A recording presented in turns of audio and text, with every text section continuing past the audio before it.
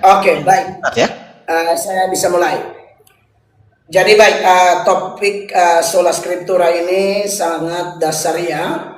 Kita tahu bahwa dalam sejarah Protestan yang muncul kurang lebih 31 Oktober 1517 di Jerman dan pergerakannya sampai hari ini, di mana ada 95 dalil yang dibakukan oleh Martin Luther dan tim di Wittenberg itu, yang kemudian menjadi 5 sola yang sangat terkenal, yaitu sola fide, sola gratia, solus Christus, soli Deo gloria, dan itu semua bersumber dari sola scriptura.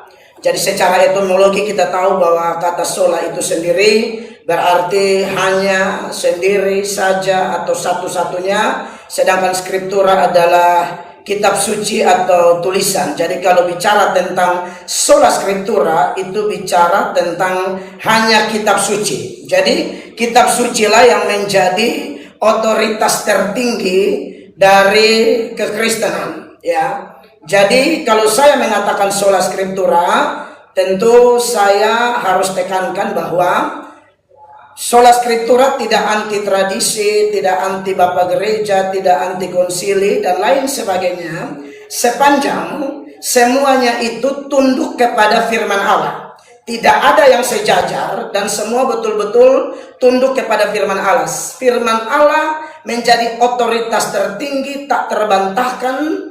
Jadi apapun di luar firman Allah itu menjadi salah. Dan memang sola scriptura ini sebenarnya kedengarannya istilah yang baru pada abad ke-16, tetapi kalau kita kembali kepada kitab suci, hampir semua hamba-hamba Tuhan, baik para nabi, baik para rasul, mereka itu sangat sola scriptura. Tidak pernah ada nabi, ada rasul yang mengajarkan sesuatu di luar kitab suci, baik secara lisan maupun tertulis. Kenapa? Karena para nabi itu kan dipimpin Roh Kudus, dan para nabi itu tidak mungkin menafsirkan apapun menurut keinginan mereka. Makanya kalau kita bandingkan dengan 2 Petrus, ya, 2 Petrus pasal 1 itu di ayatnya yang ke-19, ya, dan 20 di situ tentang penafsiran. Di sana dikatakan apa? Nanti tim saya bisa baca. 2 Petrus 1 ayat 19 dan 20. Dengan demikian kami makin diteguhkan oleh firman yang telah disampaikan oleh para nabi. Alangkah baiknya kalau kamu memperhatikannya, sama seperti memperhatikan pelita yang bercahaya di tempat yang gelap, sampai fajar menyingsing dan bintang timur terbit bersinar di dalam hatimu. Yang terutama harus kamu ketahui ialah bahwa nubuat-nubuat dalam kitab suci tidak boleh ditafsirkan menurut kehendak sendiri. Iya, jadi nubuat-nubuat dalam kitab suci tidak boleh ditafsirkan menurut kehendak sendiri. Maka saya percaya Petrus mengutip ini dan itu diterapkan kepada Petrus juga, dan seharusnya semua hamba Tuhan, ya, yang mengaku merupakan hamba dari sabda, hamba dari Tuhan Yesus, tidak boleh menafsirkan apapun secara kehendak sendiri, tapi oleh pimpinan Roh Kudus, ya. Dan kalau memang penafsiran itu adalah dari Roh Kudus, maka Roh Kudus tidak pernah bertentangan dengan kitab suci. Karena Roh Kuduslah yang menginspirasi kurang lebih 40 penulis Alkitab dari Kejadian sampai Wahyu. Dalam konteks Protestan ada 39 di PL, ada 27 di PB. Itu semua diilhamkan oleh Roh Kudus. Makanya kalau saya boleh contohkan dalam pernyataan saya ini, hamba-hamba Tuhan, katakanlah Nabi Yesaya. Nabi Yesaya bicara keras kepada umat Tuhan di zaman itu, karena umat Tuhan kemudian dipengaruhi oleh kuasa-kuasa lain, pengaruh-pengaruh lain, untuk apa? Menggiring umat untuk mencari jawaban dari orang mati, mencari jawaban dari arwah dan lain sebagainya. Maka dalam Yesaya, ya, secara tegas, Yesaya pasal 8 itu, ya, kalau kita lihat Yesaya pasalnya yang ke-8 mulai ayat 19 sampai 20, di sana ditegaskan bahwa tidak bisa orang hidup bertanya kepada orang mati. Orang hidup harusnya bertanya kepada apa? Kesaksian dan pengajaran, dan itu pasti sumbernya dari kitab suci. Dibacakan. Dan apabila orang berkata kepada kamu, mintalah petunjuk kepada arwah dan roh-roh peramal yang berbisik-bisik dan komat kami, maka jawablah, bukankah suatu bangsa patut meminta petunjuk kepada Allahnya? Atau haruskah mereka meminta petunjuk kepada orang-orang mati bagi orang-orang hidup? Carilah pengajaran dan kesaksian. Siapa yang tidak berbicara sesuai dengan perkataan itu, maka baginya tidak terbit fajar. Iya, jadi dari situ ketahuan bahwa memang sola scriptura ini bukan barang baru, istilahnya yang baru pada abad ke-16 sampai sekarang. Tetapi prinsip sola scriptura itu sangat tunduk kepada firman Allah. Makanya Nabi Yesaya tidak bisa tanya kepada arwah, tidak bisa tanya kepada orang mati, karena Yesaya sebagai hamba Tuhan yang waktu itu sudah ada yang namanya Pentateuk, kitab-kitab Musa, tahu betul konsekuensi kalau bicara sama arwah. Tahu betul konsekuensi kalau menyembah arwah, ngobrol sama arwah, itu dibasmi oleh Tuhan sendiri. Dan itu adalah manifestasi penyembahan berhala, yaitu ya sikap pemberontak terhadap 10 hukum Allah, khususnya hukum pertama jangan ada padamu Allah lain, dan hukum kedua yang mengatakan jangan buat patung berupa apapun dan seterusnya untuk disembah. Makanya kenapa Imamat pasal 19 ayat 31 itu salah satu data yang sangat keras untuk menolak komunikasi dengan arwah. Perhatikan. Janganlah kamu berpaling kepada arwah atau kepada roh-roh peramal. Janganlah kamu mencari mereka dan dengan demikian menjadi najis karena mereka, akulah Tuhan Allahmu. Imamat 20 ayat 6, tambah lagi. Ditahan, Pak. Orang yang berpaling kepada arwah atau kepada roh-roh peramal, yakni yang berzinah dengan bertanya kepada mereka, aku sendiri akan menentang orang itu dan melenyapkan dia dari tengah-tengah bangsanya. Imamat 20 ayat 27, itu jelas juga eksplisit di sana. Ya. Apabila seorang laki-laki atau perempuan dirasuk arwah atau roh peramal, pastilah mereka dihukum mati, yakni mereka harus dilontari dengan batu dan darah mereka tertimpa kepada mereka sendiri. Ini juga yang menyebabkan kenapa raja pertama Israel, yaitu Saul, kemudian dihukum oleh Tuhan sampai mati gara-gara penyembahan atau komunikasi kepada arwah ini, begitu ya. Makanya dalam 1 Tawarik 10 ayat 13 di sana akan dibacakan ayatnya.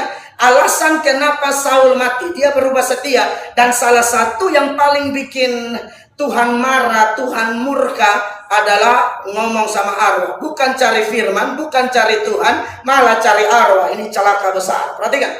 Demikianlah Saul mati karena perbuatannya yang tidak setia terhadap Tuhan. Oleh karena ia tidak berpegang pada firman Tuhan, dan juga karena ia telah meminta petunjuk dari arwah. Iya. Dan kalau kita lihat lagi secara gereja lah, konteks perjanjian baru, di mana gereja pertama lahir. Gereja pertama itu lahir gara-gara apa? Bukan gara-gara tiupan angin keras, bukan gara-gara lidah api, bukan gara-gara glossolalia atau bahasa lidah. Gereja pertama itu lahir karena pemberitaan Petrus, khotbah Petrus. Dan menarik, di dalam Kisah Para Rasul pasal 2, ketika Petrus meresponi sindiran dari orang-orang yang melihat fenomena Pentakosta itu, Petrus berdiri dan berkhotbah, dan luar biasa dalam khotbah Petrus itu ada kutipan-kutipan yang jelas. Maksudnya apa? Ya, bukan gereja yang melahirkan firman, firman yang melahirkan gereja.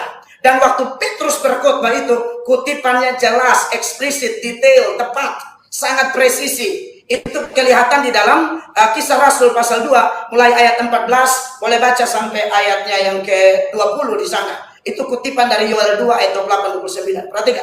Maka bangkitlah Petrus berdiri dengan ke-11 rasul itu, dan dengan suara nyaring ia berkata kepada mereka, hai kamu orang Yahudi dan kamu semua yang tinggal di Yerusalem, ketahuilah dan camkanlah perkataanku ini. Orang-orang ini tidak mabuk seperti yang kamu sangka, karena hari baru pukul 9. Tetapi itulah yang difirmankan Allah dengan perantaraan Nabi Yoel. Kutipannya jelas.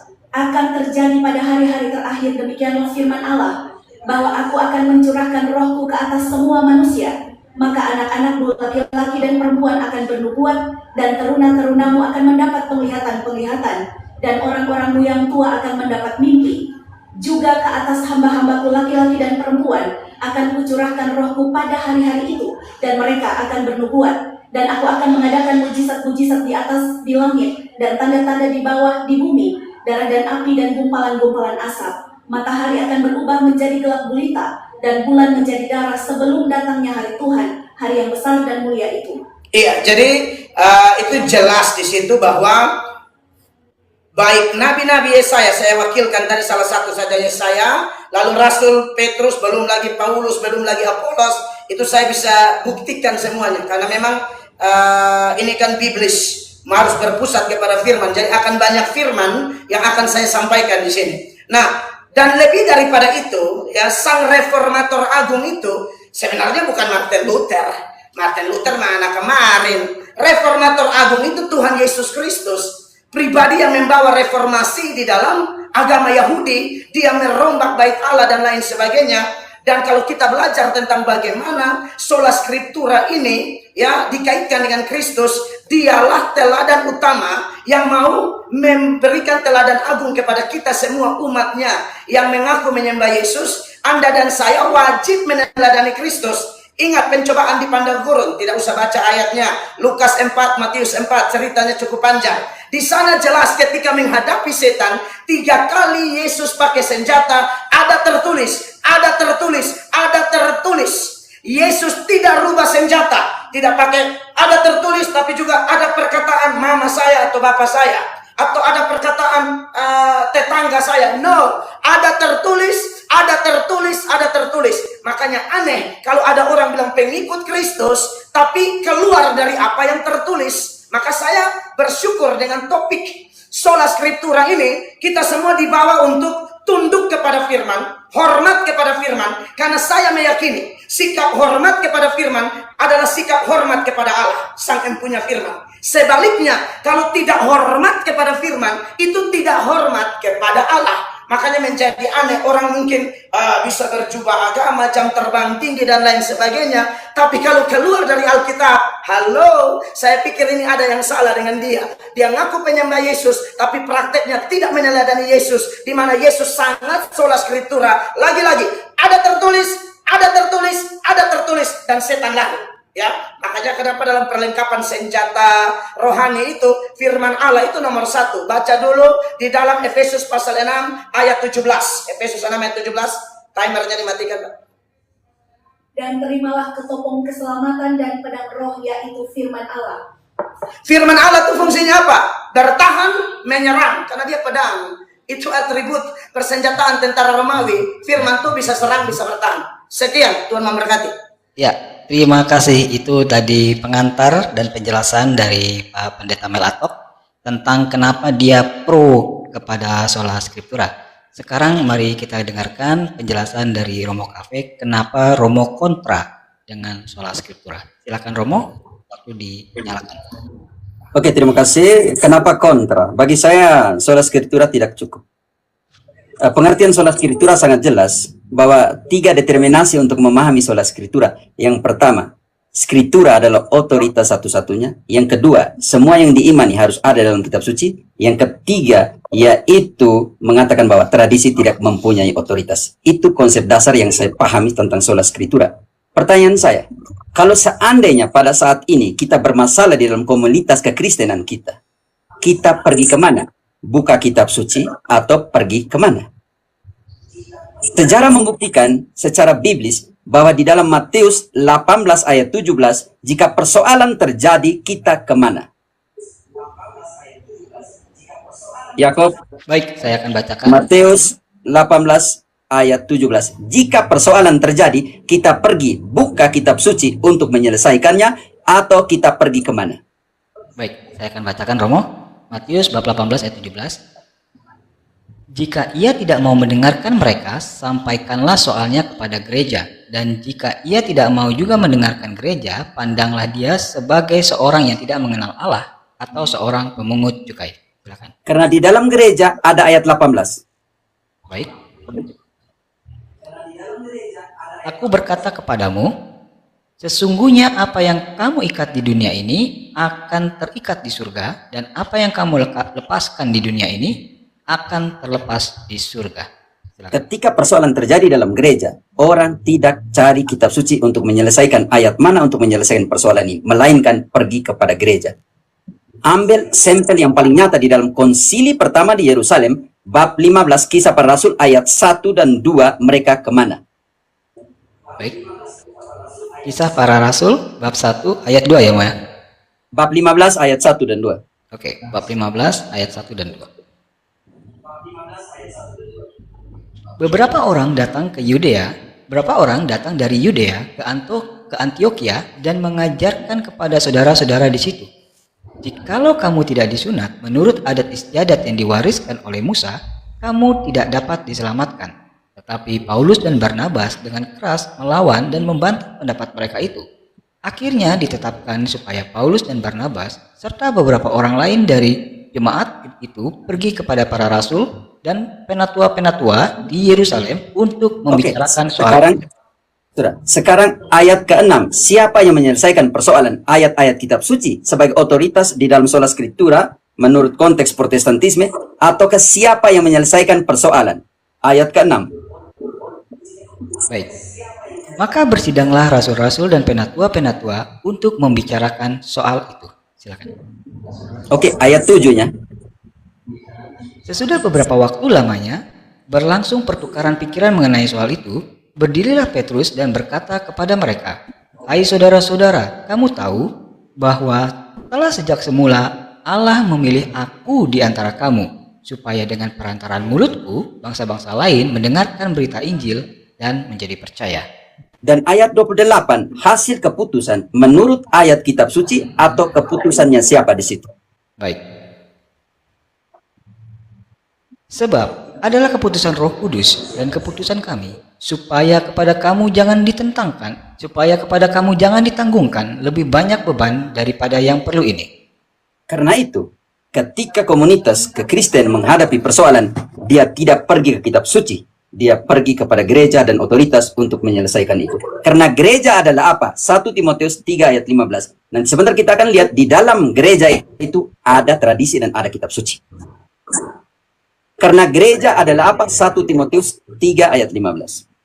Baik. 1 Timotius bab 3 ayat 15. Jadi jika aku terlambat, sudahlah engkau tahu bagaimana orang harus hidup sebagai keluarga Allah, yakni gereja dari Allah yang hidup, yang penopang dan dasar kebenaran. Karena itu gereja adalah tiang penopang dan dasar kebenaran. Maka pertanyaan kita di sini, kalau begitu skriptura, kitab suci ada di mana?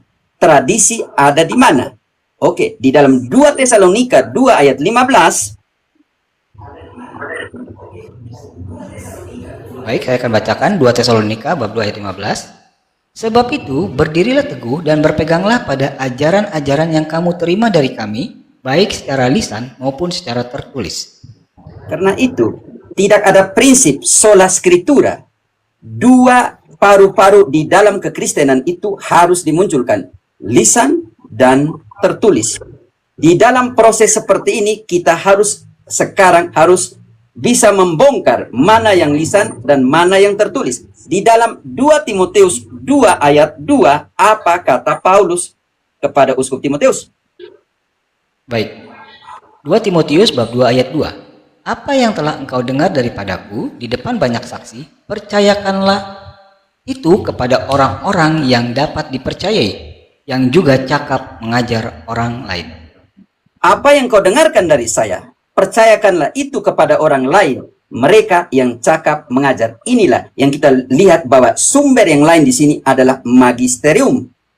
Penting sekali di dalam 2 Timotius 3 ayat 14, Santo Paulus mengulanginya kembali posisi magisterium.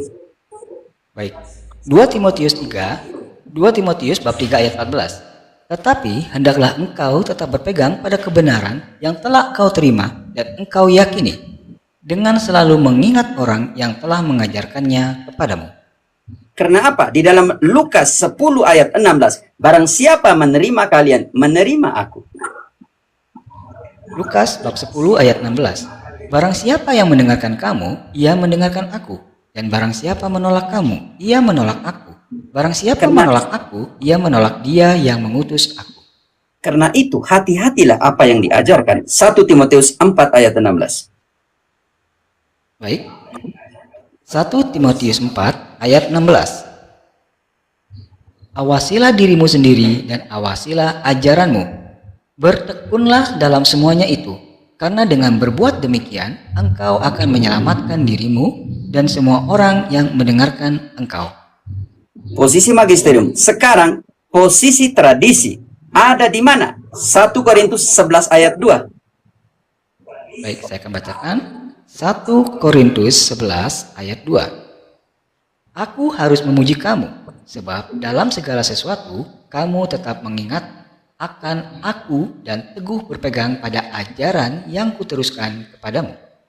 Apa itu tradisi? 1 Korintus 11 ayat ke-23 bagian pertama. 1 Korintus bab 11 ayat 23. Sebab apa yang telah kuteruskan kepadamu telah aku terima dari Tuhan, yaitu bahwa Tuhan Yesus pada malam waktu ia diserahkan mengambil roti. Tradisi adalah apa yang kuterima, itulah yang kuteruskan. Bagaimana dengan posisi tradisi lisan? Masih 1 Yohanes 2 ayat ke-2 1 Yohanes 1 ayat ke-12. Posisi tradisi lisan. Baik. 1 Yohanes bab 1 ayat 12. Benar mo? Yo. 2 Yohanes. Oh, 2 Yohanes. 2 Yohanes 1 ayat 12. Baik. Posisi dari tradisi. Baik. Sungguh pun banyak yang harus kutulis kepadamu, aku tidak mau melakukannya dengan kertas dan tinta, tetapi aku harus datang sendiri kepadamu dan berbicara berhadapan muka dengan muka, supaya sempurnalah sukacita kita. Kenapa? Yohanes yang sama omong ada 2 tradisi. Di situ dia omong tradisi lisan, di bab 1 Yohanes 1 ayat 1 dia omong tradisi tertulis. 1 Yohanes 1 ayat 1. Dimatikan kronometernya. Sudah. 1 Yohanes berapa, Romo? 1 Yohanes 1 ayat 1. Baik. Yohanes 1 Yohanes bab 1 tradisi ayat 1. tertulis. Apa yang telah ada sejak semula, yang telah kami dengar, yang telah kami lihat dengan mata kami, yang telah kami saksikan, dan yang telah kami raba dengan tangan kami tentang firman hidup, itulah yang kami tuliskan kepadamu. Yohanes menekankan 2 tradisi. Sekarang Yohanes 21 ayat 25. Tidak semua tertulis. Yohanes 21 ayat 25. Kata murid-murid yang lain itu kepadanya. Yohanes 21 ayat 25. Baik, maaf. Bukan saya itu. salah. Ya. Masih banyak hal-hal lain lagi yang diperbuat oleh Yesus. Tetapi, jikalau semuanya itu harus dituliskan satu persatu, maka agaknya dunia ini tidak dapat memuat semua kitab yang harus ditulis itu. Yohanes 20 ayat ke-30. Yohanes 20 ayat ke-30. Memang masih banyak tanda lain yang dibuat Yesus di depan mata murid-muridnya yang tidak tercatat dalam kitab ini. Tetapi selanjutnya yang tercatat. Baik. Ayat 31. Tetapi semua yang tercantum di sini telah dicatat supaya kamu percaya bahwa Yesuslah Mesias, Anak Allah, dan supaya kamu oleh imanmu memperoleh hidup dalam namanya. Sekarang pertanyaan kita, kalau begitu tradisi tertulis ada di mana? Sudah dipisahkan tadi antara lisan dan tertulis, dan di dalam 2 Timotius 3 ayat ke-15 dan 16 dan 17 dia menekankan tradisi tertulis. 2 Timotius 3 ayat 16-17. 16 dan Sejak kecil. segala tulisan yang diilhamkan. Ayat 15 dulu. Baik. Ayat 15. Sejak kecil. Ingatlah juga bahwa dari kecil engkau sudah mengenal kitab suci yang dapat memberi hikmat kepadamu dan menuntun engkau kepada keselamatan oleh iman kepada Kristus Yesus. Segala tulisan yang diilhamkan Allah memang bermanfaat untuk mengajar, untuk menyatakan kesalahan, untuk memperbaiki kelakuan, dan untuk mendidik orang dalam kebenaran. Karena itu, sola scriptura dengan sendirinya tidak cukup. Gugur di sini karena di dalam secara biblis omong tentang tripod keimanan, yaitu magisterium, kitab suci, dan tradisi. Kalau seandainya Protestantisme menolak mati-matian tradisi dan juga magisterium, maka sekarang Protestantisme harus kembalikan kepada Gereja Katolik. Yang pertama, pengkanonan kitab suci Perjanjian Baru. Tidak disebutkan di sana di mana kitab suci dikanonkan. Kembalikanlah 27 kitab suci Perjanjian Baru kepada Katolik karena tidak ada daftar 27 di dalam satu kitab pun. Kembalikan Tritunggal Maha Kudus karena itu tidak ada dasar, ada ayatnya tetapi tidak katakan. Kitab suci mengatakan Tritunggal Maha Kudus. Kembalikan ke kredo yang digunakan oleh Protestantisme. Kembalikanlah baptis anak. ada ayatnya, tetapi tidak pernah dikatakan ini anak, hanya dikatakan semua satu keluarga dibaptis. Kembalikan kepada gereja Katolik, union hipostatika, benar-benar Allah dan benar-benar manusia, itu tidak dideterminasi di dalam kitab suci. Kembalikanlah perayaan Natal dan Paskah karena tidak ada di dalam kitab suci. Kembalikanlah kebiasaan Protestantisme untuk ziarah ke tanah suci karena tidak ada di dalam perjanjian baru. Kembalikanlah segala apa? Perayaan perkawinan karena tidak dideterminasi di dalam kitab suci perjanjian baru tentang bagaimana perayaan perkawinan dirayakan. Terima kasih. Masih ada waktunya, Romo? Mau di ini atau selesai? Oh ya, masih ada waktu ya? Iya, 3 menit. Oh oke. Sekarang bisa bantu dulu Yohanes 5 ayat 39 dan 40. Baik. Di sini kegagalan sola scriptura ada di sini. Menurut Yohanes Yesus. 5 ayat 39 40. 39 dengan 40 ya. Kamu menyelidiki kitab-kitab suci sebab kamu menyangka bahwa olehnya kamu mempunyai hidup yang kekal. Tetapi walaupun kitab-kitab suci itu memberikan kesaksian tentang aku, namun kamu tidak mau datang kepadaku untuk memperoleh hidup itu. Kamu bongkar kitab suci, seolah-olah kitab suci ayat itu memberikan kamu keselamatan. Semua ayat omong tentang saya, kalian tidak mau datang kepada saya untuk dapat hidup. Karena itu, poin penting yang ada di sini, ketika gereja mengalami persoalan hidup, dia tidak pergi cari ayat untuk menyelesaikannya. Karena Protestantisme mengajarkan sola scriptura, otoritas tertinggi ada di kitab suci. Karena itu, ketika seseorang mengalami persoalan, dia harus pergi cari kitab suci. Sekarang, dari 3 menit, kita sandingkan kepada Kisah, bantu saya dulu 8 ayat ke 28, ada satu persoalan. Ketika seseorang tidak dapat menafsirkan kitab suci. Di-mute-kan dulu waktu ini. Kisah 8 ayat 28. Yakobus.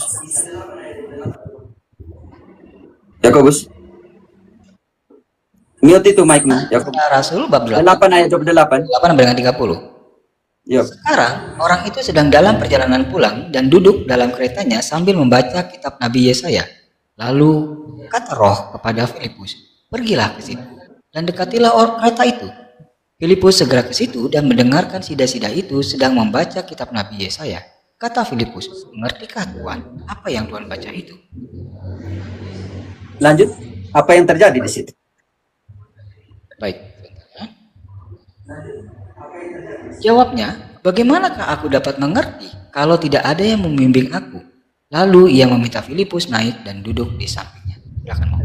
Dia meminta Filipus naik dan duduk di sampingnya. Karena itu ketika Bapak Pendeta ambil dari 2 Petrus 1 ayat 19-20, Bapak Pendeta lupa di dalam 2 Petrus 3 ayat 15-16. Firman tidak bisa ditafsirkan sesuka hati. Masih ada 2 menit, Mau Ya selesai ini, atau? 2 Petrus 3 ayat 15-16. Baik, 2 Petrus 3 ayat 16-15. Oke. Bantu Bapak Pendeta toh lupa baca ayat ini. Aduh, 2 Petrus 3 ayat 15-16. ayat 15-16. Anggaplah kesabaran Tuhan kita sebagai kesempatan bagimu untuk beroleh selamat. Seperti juga Paulus, saudara kita yang kekasih, telah menulis kepadamu menurut hikmat yang dikaruniakan kepadanya. Hal itu dibuatnya dalam semua suratnya apabila ia berbicara tentang perkara-perkara ini. Dalam surat-suratnya itu ada hal-hal yang sukar difahami, sehingga orang-orang yang tidak memahaminya dan tidak teguh imannya memutarbalikannya menjadi kebinasaan mereka sendiri, sama seperti juga mereka buat dengan tulisan-tulisan yang lain. Karena itu ada tendensi di situ ketika terjadi sebuah penafsiran lupa dari konteks, menambahkan dan mengurangkan, maka Amsal 30 ayat 5 dan 6 menekankan jangan kau tambahkan sesuatu di dalam firman itu.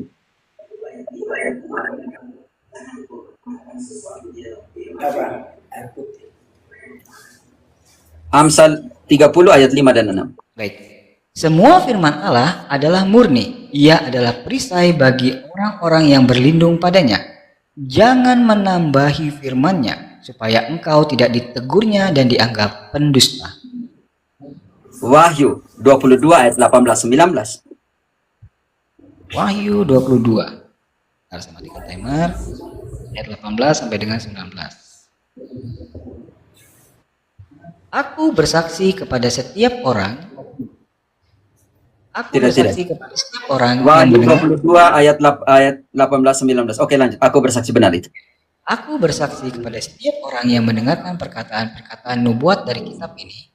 Jika seorang menambahkan sesuatu kepada perkataan-perkataan ini, maka Allah akan menambahkan kepadanya malapetaka yang tertulis di dalam kitab ini. Dan jikalau orang mengurangi sesuatu dari perkataan-perkataan dari kitab nubuat ini, maka Allah akan mengambil baginya dari pohon kehidupan dan dari kota kudus seperti yang tertulis dalam kitab suci ini. Karena itu, ada sebuah kontradiksi di dalam dirinya sendiri. Ketika di dalam Protestantisme membaca dan menafsirkan. Ketika seseorang menafsirkan sesuatu buat eksegesi atau hermeneutik dengan sendirinya, kitab suci tidak lagi menjadi otoritas di dalam dirinya sendiri. Karena otoritas ada di dalam mulutnya seorang pewarta, mulutnya seorang pengajar, mulutnya seorang yang melakukan hermeneutik dan eksegesis. Karena itu, konsep tentang sola scriptura tidak cukup untuk menjelaskan firman Tuhan di dalam totalitas komprehensif. Butuh tripod di dalam kebenaran iman, kitab suci, magisterium, dan juga tradisi. Berpeganglah teguh kepada ajaran yang telah kalian terima dari kami, yang kami sampaikan kepada kalian melalui